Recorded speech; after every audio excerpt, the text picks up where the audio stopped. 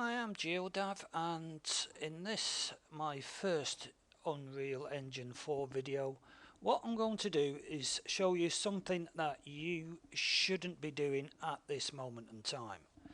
Now, what I'm going to show you is, let's just hope I've got everything set up correctly. Play from here, and we've got a little wobbly car. Click to go. And it's not fantastic. I can tell you reasons why this will be going absolutely like that, apart from the fact that we're recording. Now, this is one of the reasons why you shouldn't be doing this, but people have asked me to, or have asked about vehicle tutorials, and basically I'm going to show you a few of the areas that you should be looking at. I'm not going to release this content for the simple reason, after what we've experienced in the beta with vehicles, it doesn't work correctly. Okay, I'll make that extremely clear now. We are using, or I'm using, let's see if I can get it up, Unreal Engine 4.0.1. Okay, so this is if you really want to try and play with this, and I'll tell you now, there's a good chance in the very near future, well I say very near future, within the next few updates, all this work that you're going to put into vehicles, or wheeled vehicles let's say, is not going to work. Okay, and you'll have to start again. But if this is what you want, this is what I'll show you. Pardon me. Right, now if I just open up my content browser here a bit, and you can get a bit of a better view of what you actually need. Right, I've got in my GeoCar folder, I've got blueprints and I've got meshes, or mesh. In the blueprint we have a game info blueprint. Very quickly show you if it'll load. Come on, there we go. Default pawn is the car, player controller class is that. Very simple, nothing in the components, nothing in the graphs. Okay, the controller exactly the same, just everything basic, set as a player controller. Now the other three that we're going to start off with is the wheel. Alright, blueprint GeoCar front wheel. This is extended off the vehicle wheel class. Okay, and obviously here your collision mesh, it will tell you can have a cylinder.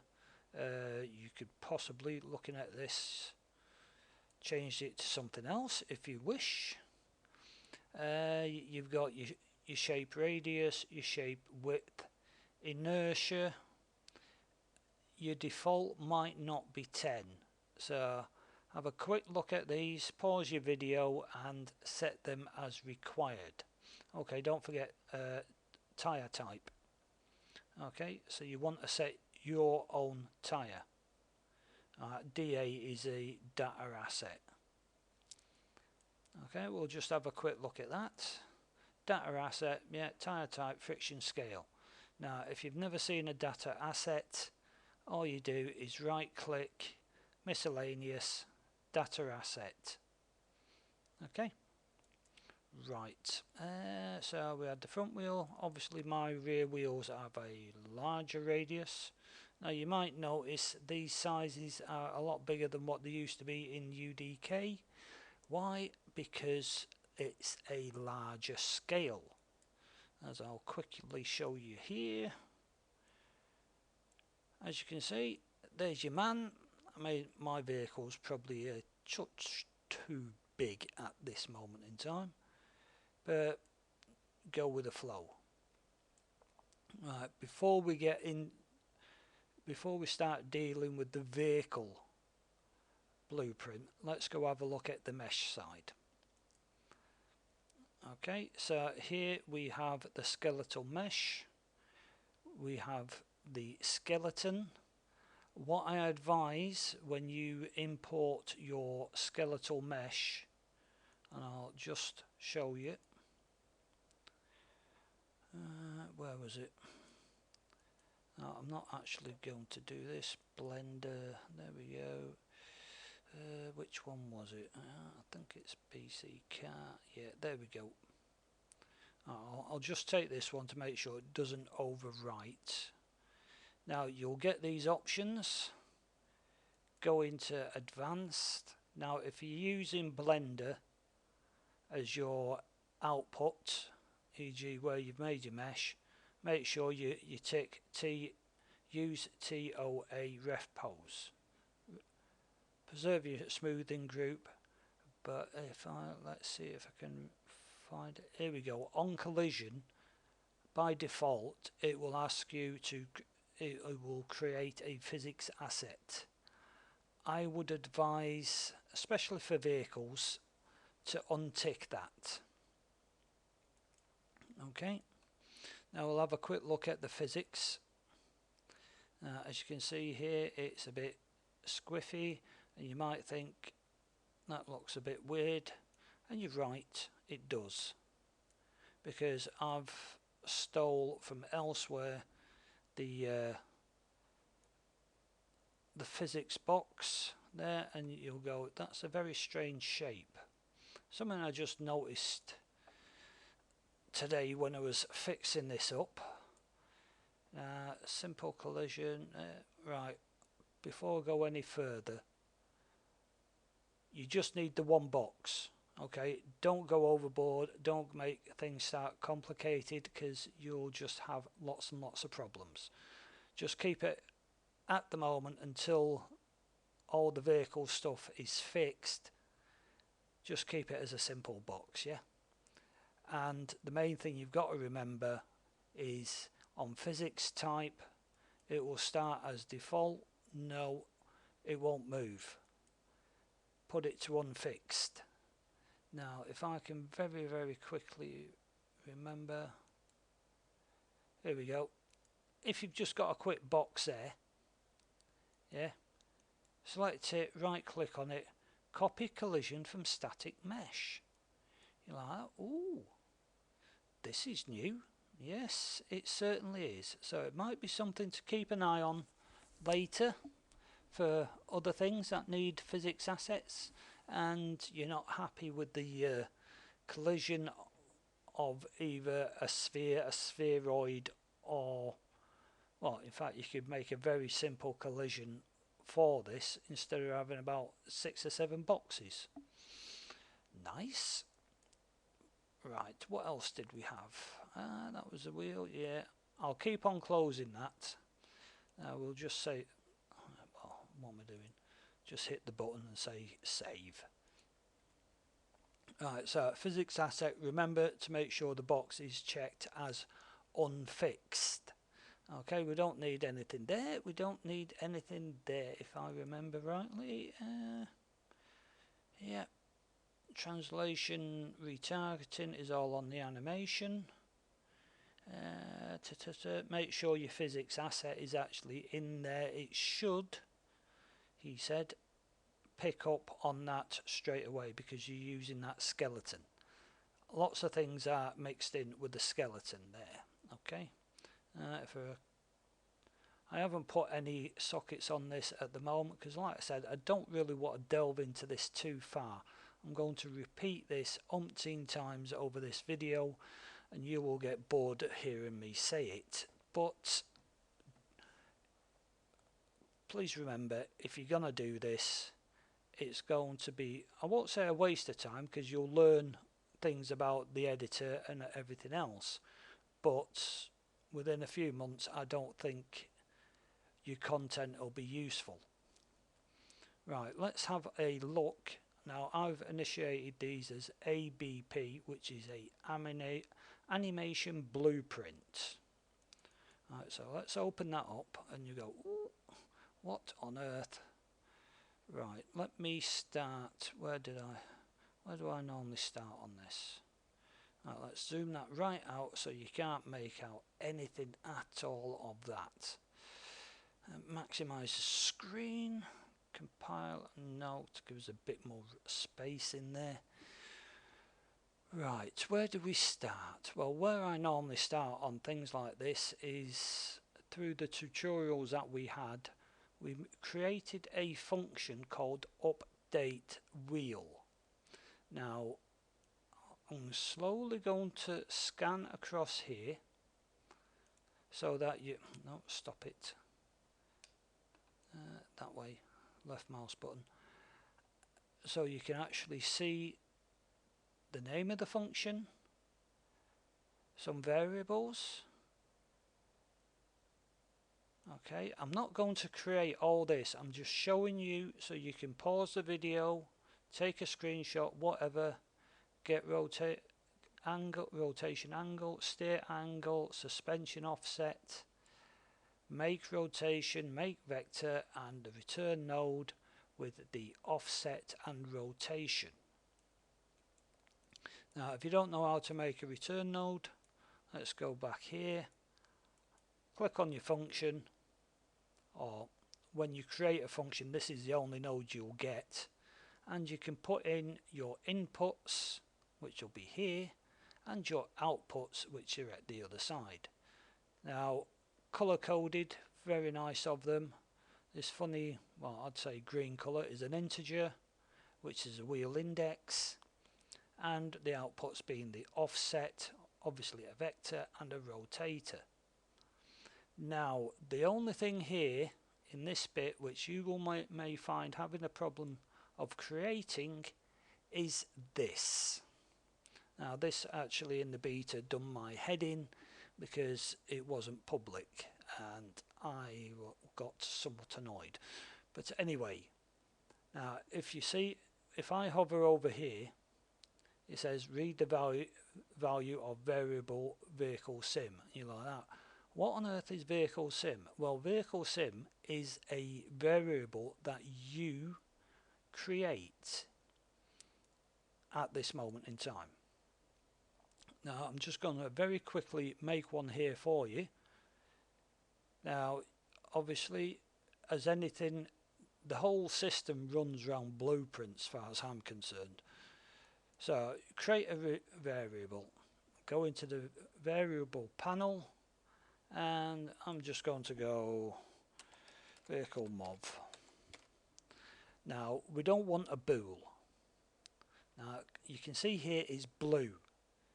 Now if it's blue with a circle or a sphere, that's going to be some type of object on your variable. So click on the arrow, go into the object section, and now you can see things here, little icons. Now you don't actually know, looking at it like that, what one you're after. Now because I could click on there and you go wheeled it's missing. Right, what you can do is hold over there and you will see object wheeled vehicle movement component and then the name of the variable. So if we go back down to vehicle mov, we can then go into object, go all the way down, and you will see on my extremely small monitor you've got two. Okay, wheeled vehicle movement component and wheeled vehicle movement component 4W, which I take will be four-wheel drive type thing. Okay, so that'll probably if somebody actually looks at the C code or C++ code, they might be able to tell you the difference on that. But you don't want wheeled vehicle because that's the pawn. You want the movement component. Okay, and you just set it as that, and look nice and pretty, same as the other one. Okay, so you just use a get and then you pull off your bits and pieces. Okay, that's the update wheel. Now you then in your anim graph, This is all still within the anim blueprint. If I zoom in here, you need a mesh space ref pose. Okay, right click, and if you just type in mesh, you get it there under identity. Okay, these are obviously your variables which you have created yourself. Left hand front, right hand front, blah blah blah, your offsets and your rotators. Now we go into what do these do? Well, you transform, modify a bone. Okay, so in here obviously you're pulling off, and I would just type in modify and you find it. Now it used to be modified. In the future it may actually lose that modify bit and just be called transfer bone, so be careful. Now the main things you got to put in here is, well, in fact you will see it like that, but you can go into this sort of like details panel, and if you're not using any of the pins, just to tidy things up, you can tick them and they disappear. Now here, skeletal control, this is where this is good. We didn't have this. You'd have to type in the name, but you can pick your bone name. You need to set the translation mode to additive. Now depending on your tooltip you might not be able to see it, but it is there. And component space, the same for the rotation. Okay, I'm saying okay a lot, so please bear with me, it's a bad habit. And a word of advice, set these up in order. So left hand front, right hand front, left hand rear, right hand rear, keep that in memory. Now it also helps, I won't say it's necessary, but that's the way they're showing on the skeleton. It's a good idea, and then you just link that up to the final animation and that creates a local component to local. Now more fun, lots and lots of graphs. You're not coding anything, but it's lots and lots of graphs. Okay, so in the event graph you start off with a event blueprint update animation. A function get player pawn, is it valid, get movement component, cast it to the wheeled vehicle movement component, and then again you target. If you're not too sure how to get that one, just pull it out and type in wheels and you get wheels. Branching, now don't believe for 1 second that I came up with this myself. This is all from a past tutorial. Now why is that? There we go. Past tutorial, length equals not equal, setting your vehicle sim, your movement component, and now you're updating your wheels. Now remember, index 0 is your starting wheel, so the first one that you put, whoops, if you do that you can just get it back by doing that, double clicking on that. The first one in the chain, left hand front, first in the chain, 0. Whether it's important, I don't know, but that's the way I do it and it sort of works. Okay, so remember, you're doing this for all 4 wheels. If you're going to have a tank, that's going to be a pain, but anyway, 0, 1 and set, left hand front offset, connecting to the offset, left hand front rotator, set to the rotator, and linking up all your white lines as you go. So that makes it really nice and long and you can't see nothing. But I hope you got that. So the next one we're going to go to, let me just see if I can delete that because we don't want it. Compile it, save it, and close that down. So that's pretty much that section done. In here we now go, he said, about the anim blueprint. I suppose you can compare that with the old anim tree.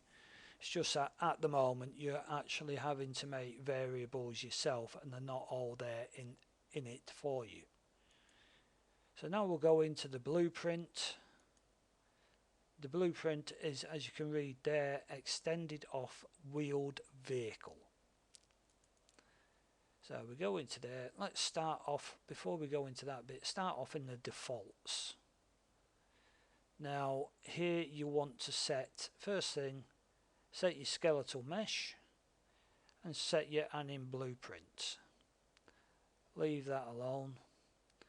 Check that that's okay. Should be. Preset. Going slowly down here to the important bits. Anything you, well, sorry. Right, screenshot, pause video, copy. Go down to the vehicle setup. Engine, these are the default, if I remember rightly, the default settings. If you want to play around with them, that's up to you. Wheels setup. Now remember the order that we done it in. 0 left hand front, 1 right hand front. The wheel class, yes, front wheel, rear wheel. Steering angle, if it's a wheel that steers. Your maximum brake torque, a very large amount for some reason. I'm not going to go there, it's just figures I've copied and at the moment it sort of works. And that is all it is, it sort of works. Now if you go back down to the bottom you'll see a mass of 1500. Yeah, like the tooltip says, yeah, go for it. You're in brake input, strong pull, yeah. Movement component, agent radius and height. I don't know.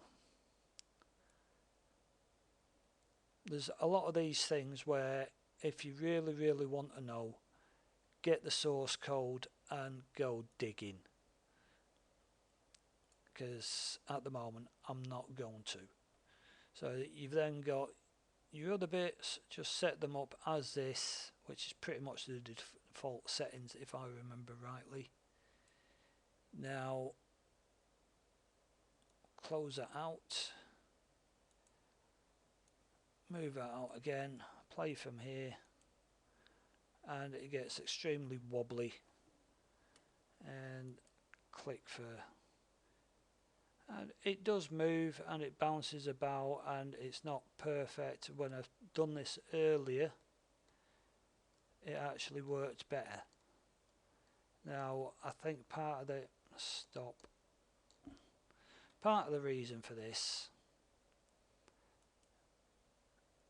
or what I found the other day, was because of the physics asset. Now I can move, you see where the thing is. Now if I save that, go out here, close that down, let's get back onto a flattish bit of area, play from here, and it's still wobbly. Click for mouse. Now trust me, when I set this up earlier, it actually worked fairly well. which is why I decided to record the video. But like I say, it is up to you whether you wish to play with the vehicles. I am now not going to touch the vehicles until I know that the code is all fixed. So please do not report any bugs or errors that you get whilst using the vehicles, because it's still very much work in progress, and that is why there's no vehicle template at the moment.